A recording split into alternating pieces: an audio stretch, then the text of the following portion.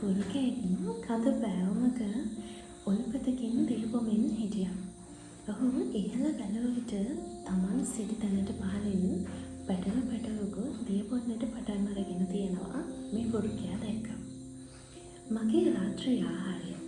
මෙහෙම තමයි වෘකයාට පැටිය දැක්කම හිතුනේ.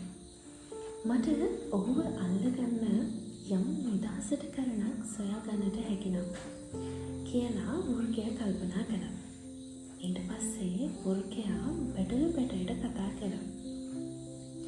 මා දිය පොර කිරීමට තොපට කෙසේ නිර්භීත කමක්ද කියලා වෘකයා පැටියගෙන් ඇහුවා. අනේ ස්වාමීනි නැහැ. පැටිය කීවා. ඉහළින් වතුර පොරවියක් නම් ඊට හේතුව මම විය නොහැකි.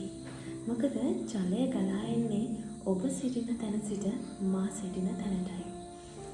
පැටිය මෙහෙම කිව්වා.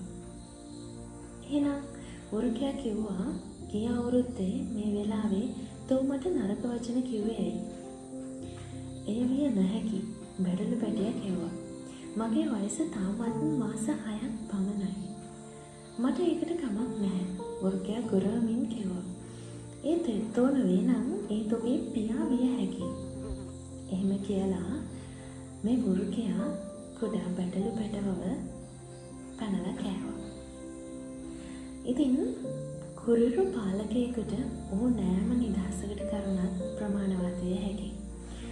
හොඳට මතක් කරලා බලන්න.